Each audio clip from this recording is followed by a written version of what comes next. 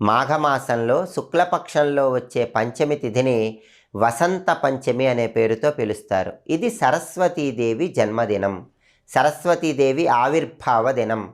దేవతలందరూ సరస్వతీదేవిని ప్రార్థిస్తే దేవతలందరికీ సరస్వతీదేవి దర్శనమిచ్చిన రోజు వసంత పంచమి. అందుకే వసంత పంచమిని సరస్వతీదేవి జన్మదినంగా, సరస్వతీదేవి ఆవిర్భావ దినంగా మనందరం జరుపుకుంటాం. వసంత పంచమి రోజు మీ పిల్లలకి సరస్వతీదేవి ఆలయంలో అక్షరాభ్యాసం చేయిస్తే చాలా మంచిది. మీ పిల్లలందరూ బ్రహ్మాండంగా విద్యారంగంలో రాణిస్తారు. అలాగే వసంత పంచమి రోజు సరస్వతీదేవిని ప్రత్యేకంగా పూజించడం ద్వారా సంవత్సరం మొత్తం సరస్వతీదేవి అనుగ్రహం కలుగుతుంది. కాంపిటేటివ్ ఎగ్జామ్స్లో సక్సెస్ వస్తుంది. ఎవరైనా గవర్నమెంట్ జాబులు కొట్టాలనుకునే వాళ్ళు వసంత పంచమి రోజు సరస్వతీదేవిని ప్రత్యేకంగా పూజించాలి.